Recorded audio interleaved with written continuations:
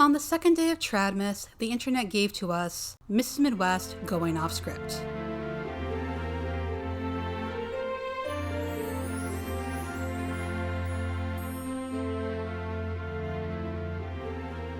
Hello, and welcome to the 12 Days of Tradmas. If you're new around here, my name is Kit, and Tradmas is a series I do in December where I talk about the harmful beliefs and ideas promoted by certain influencers, content creators, and so on. Basically, my normal content, but more of it and with a festive flair. And today, we're discussing Mrs. Midwest going off script. In September, feminine YouTuber and blogger Mrs. Midwest, aka Caitlin, posted, "It's not the homemaking that's the problem, it's the men," with the thumbnail reading, "Stop marrying men who hate you," which is, I think there are people who get married for the sake of being married, but the idea that women are marrying men who hate them seems like oversimplifying the issue people speak of when it comes to stay-at-home spouses. And in a twist, it's not actually on men for hating women, it's actually women's fault. Apparently, Caitlin is responding to some comments she's seen on Instagram. The criticism I see is, don't become a homemaker because it exposes you to exploitation and abusive power by a man. Don't become a homemaker because you'll end up in financial ruin. Don't become a homemaker because what if he leaves you? Don't become a homemaker because you're gonna end up in a bad spot. It's like a carte blanche kind of thing. Like, if you become a homemaker, bad things will happen. So we must discourage women to do this at all costs. And I was just, that argument has never landed with me. And so on my walk recently, I was thinking, why does that argument not make sense to me? Why does it not land? What is wrong with it? And why do they keep saying it? I'm really glad that Caitlin doesn't understand where those comments come from. Unfortunately, rather than sit through it and think about what would motivate someone to list the dangers of financial reliance on someone else, she chose to make this video, which turns the blame onto women. She reminds me of St. Williams, who said the time to vet a man was before marriage, not after. If becoming a homemaker suddenly turns your husband into an abusive piece of crap, he was always a piece of crap. He was always a piece of crap. Let that sink in. Neither of them seem to realize that a person can change at any moment, not even intentionally. Yes, there are people who wait until marriage, who wait until there's a couple kids before they become abusive, and then there are people like my grandfather who developed schizophrenia. I highly doubt my grandmother would have married him if she had known that 15 years later, he would be holding a gun to her head while their 3 daughters hid. Because if you're saying, don't become a homemaker because your husband will exploit you, you're saying that the only thing stopping my husband from exploiting me is making sure I have a career. No. And this attempt at twisting the argument annoys me. Caitlin is not stupid. She knows quite well people don't believe becoming a homemaker suddenly turns a husband abusive. They warn against it because having to rely on someone else financially is a precarious position to be in, and of course, if you work, you have somewhere else to go, other people you'll be around, who can potentially alert you to situations that aren't as normal as you might think. It's not that being a homemaker means you'll be abused, but it does make it more difficult to get out of an abusive situation. So what we really should be saying then is, don't get married. Because what exposes you to men, what exposes you to an abusive power by men? Marriage, uniting with a man for the rest of your life. That's what you're actually worried about. It's not homemaking. Unfortunately, Caitlin doesn't see fit to show us these comments that got her so worked up, but I would be willing to bet they were specific to being a stay-at-home spouse, not entering a relationship with a man in general. But if you're under the impression that you can protect yourself from ever being vulnerable from your husband throughout the length of a marriage, you're deceiving yourself. There are proven statistics, I have it pulled up right here, that the divorce or separation rate for men with cancer is 2.9%. But when it's the woman, the wife who has cancer, the divorce rate jumps to 20%. My nose twitched. That's just so disgusting. Not to mention the statistic that pregnant women are more likely to die by murder from their husbands or baby daddy or whoever rather than childbirth. Men cheat on postpartum and pregnant women at high rates. And like I said, there's the good old cancer statistic. What am I saying here other than, wow, that's tragic?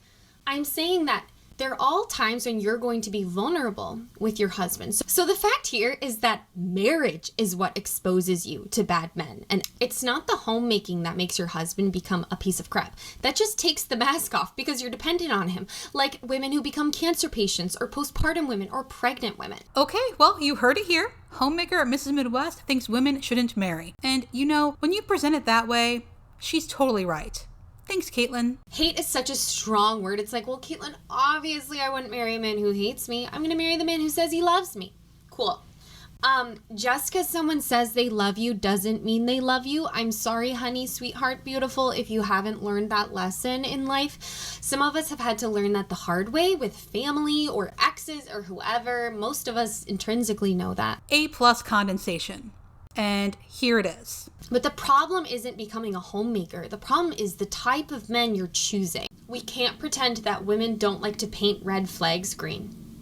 So many people looking back on their relationships after they end or divorce or whatever, they're like, oh, well, he was actually a piece of crap the whole time. It's women's fault. They chose bad men. He always hated her. She just didn't realize. Caitlin doesn't go into why women might choose men who treat them badly or what to do if you're already in a marriage with a man who hates you. This is just her damage control for homemaking, which, honestly, I don't understand. Yes, Caitlin enjoys homemaking. Yes, she thinks more women should do it. I doubt people are going to be put off by some comments on social media. And honestly, if someone sees a reel by a former housewife detailing how her ex treated her and left her with nothing, and they conclude it's too risky, nothing is lost. Caitlin is still free to be a homemaker. No one is trying to make that illegal. She does acknowledge that men who hate women will mask their hatred with jokes, and I do agree that women have been socialized to think their emotions are unreasonable, they're misunderstanding, he's just joking, and so on, and women should definitely have standards for how they're treated, but we can't stop people from sharing their stories. And if someone is telling you not to be a homemaker, delete their comment, block them. You know what's best for your life, but pretending homemaking doesn't put you in a vulnerable position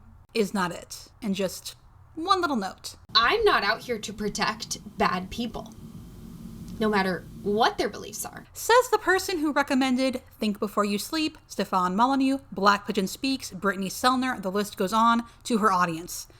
But maybe racism and misogyny doesn't make someone a bad person in Caitlin's eyes. Anyway. Why is it that there's like these two sides? You have people who preach homemaking at all costs. You have people who preach feminist careers at all costs. Can someone tell me what a feminist career is? Anyway, Caitlin concludes, the real enemy is the lack of support and the lack of care and the lack of good men and good husbands or jobs that make sense for women, okay? I'm curious what a job that makes sense for women is, but the simple truth is that people get to decide their own lives and you can't keep people from telling their stories. And if you're getting comments from people warning against homemaking, block them. Simple as. My channel has always been about getting women to a place where we are supported, cherished, and blossoming. Caitlin has a very interesting way of doing that. One of the main reasons I'm doing this is women have way too much power these days. Way too much power. They've got more political power because they vote more and they vote longer because they live longer than men. They have more economic power because they control 90% of the spending, and there's a massive program to get money into the hands of women, particularly through alimony, child support, divorce courts, and so on, because women will spend like crazy and stimulate the economy like cocaine stimulates happiness. Women have a huge amount of educational power. There's a lot of places where women are now the majority undergraduates in universities. Women have a huge amount of job power because there's so many positive hiring, discrimination, bigotry, sexism programs for women. And so women have so much power at the moment, and a lot of that power is founded on makeup. It's founded on using makeup, fertility symbols, to bypass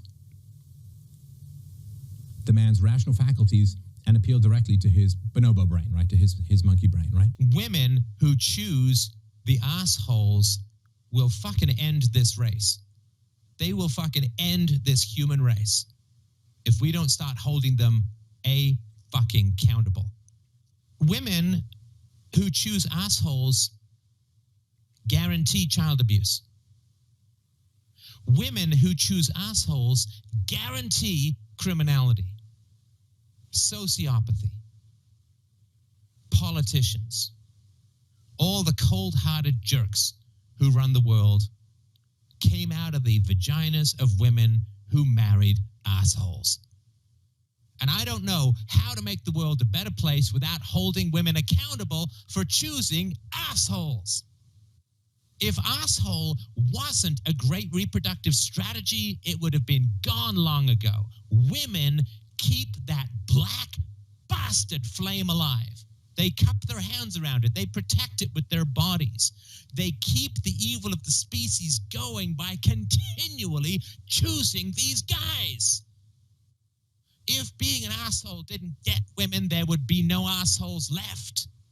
If women chose nice guys over assholes, we would have a glorious and peaceful world in one generation. The only way for women to start valuing men more is exactly the same as why would a waiter value his customer more? Because the customer doesn't have to pay him. And the only way to get women to value men more is for the men to not be forced to pay for women anymore. So Which means how does that happen? well, which means no welfare, no free health care, no kids paid for. I mean, it all has to go. And so then what will happen is women won't be able to get stuff from the government because the government's out of money, and then they'll start having to be nice to men. I mean, they'll just make that transition before. It's not a big deal. It'll happen. It'll be annoying to people for a week or two, and then they'll be like, oh man, this is actually a lot nicer than it used to be. So, government will run out of money, and women aren't just going to sit there and starve to death, right? I mean, they'll, if they've got 2 kids or whatever, then they'll just have to find some guy to help pay their bills, and they'll have to be super nice to that guy so he sticks around. If women's sexual preferences are liberated and go unchecked, they destroy civilizations. If women are allowed to choose, harems form. If women are allowed a voice in matters that pertain to the safety of a nation, then that nation will die, inevitably. Women do not, on an instinctual level, care very much about her tribe, nation, or civilization. It's in their nature not to. Women are biological creatures like all others, and they seek to maximize their chances of having viable offspring. This half-century-long experiment of women's liberation and political enfranchisement has ended in disaster for the West. And the damage done to the West may be irreparable, and the only solution would be a return to a more patriarchal society, and this seems highly unlikely. Also, one thing to understand is that female psychology has always been about adaptation. In our tribal past, if women of conquered tribes didn't submit to their new masters, they faced death along with their husbands, brothers, sons, fathers. Even today, many women seek out aggressive men, whether consciously or not, as it seems that this psychology has been ground into women after countless years of our species' evolution. That means criminals, gangsters, and mass murderers are always going to be more attractive to women than hardworking, honest men. They always have been, they always will be. By allowing women to fuck freely, the West has de facto entered a matriarchy that disincentivizes young men. It's so much a part of women's psyche to want the scoundrel that it's wrapped up in their very DNA. Are men and women equal? The answer to that is no. The reason for that is that men and women are 2 different things that you can't compare one-to-one on their actual value to society. Equal is the wrong word. The correct word is necessary. Food and water are not equal, but they are both necessary. Each serves its own role. The same is true for men and women. There are things that women are naturally better at, and there are things that men are naturally better at. Right. So, in conclusion, Caitlin acknowledges that men can wear a woman down, but that's still not a reason to discourage homemaking. So saying to girls, don't become a homemaker, you're going to be exploited. The reason that argument will never work is because once you swap out a bad husband for a good husband, that girl could be living the life of Riley. We all know those girls who are Pilates queens living in an old money estate, driving a Range Rover, and having tons of friends and family. It's dishonest to say that all stay-at-home moms are being exploited. It's dishonest to say homemaking is a fast track to exploitation, because all of us can look at that homemaker we all follow online, and she's in Italy again, or she's in Portofino with her mother-in-law, or her kids are happy and thriving and she's happy, and we can see that it's just not true. I just want to say, I don't know anyone who's flying off to Italy or driving a Range Rover, and you should take everything you see on social media with a large grain of salt. And with that, I'm not going to drop into someone's comments and tell them, hey, homemaking is a fast track to exploitation. Honestly, I don't think that would do anything except perhaps make them double down. But if someone wants to share their experience to potentially save someone else the pain, I understand that. And we also don't know what comments Caitlyn is talking about. But again, even if the comments were trolls lolling about how homemakers are going to be exploited and left bereft, that doesn't detract from the actual point. That being without an income and possibly a support system does put you in a precarious position. And if you don't want those kind of comments, tell the commenter or just block them. It's that easy. But don't try to play it off like people are just overreacting. And that was pretty much it. Caitlyn seeks to erase the divide between homemaker and career woman and unite against the sinister force that is bad men and unsupportive jobs. This would be much more believable if not for all the other stuff. See the Mrs. Midwest Pipeline playlist for more info. And honestly, this video could have been done so differently if Caitlyn cared about women as much as she claims. She didn't have to be condescending, she didn't have to put the blame on women for choosing bad men, and though Caitlyn has changed some, and I'm stressing that some because I know people really want a redemption arc from her, you can still see some of that red pill thinking with the women choose to paint red flags green. If someone is treated horribly by a partner and thinks that's what they deserve, that's not because they want to be treated that way. And that deserves sympathy, not condemnation. And honestly, the way Caitlyn goes off in this video, you would think homemaking was a person whose feelings have been hurt.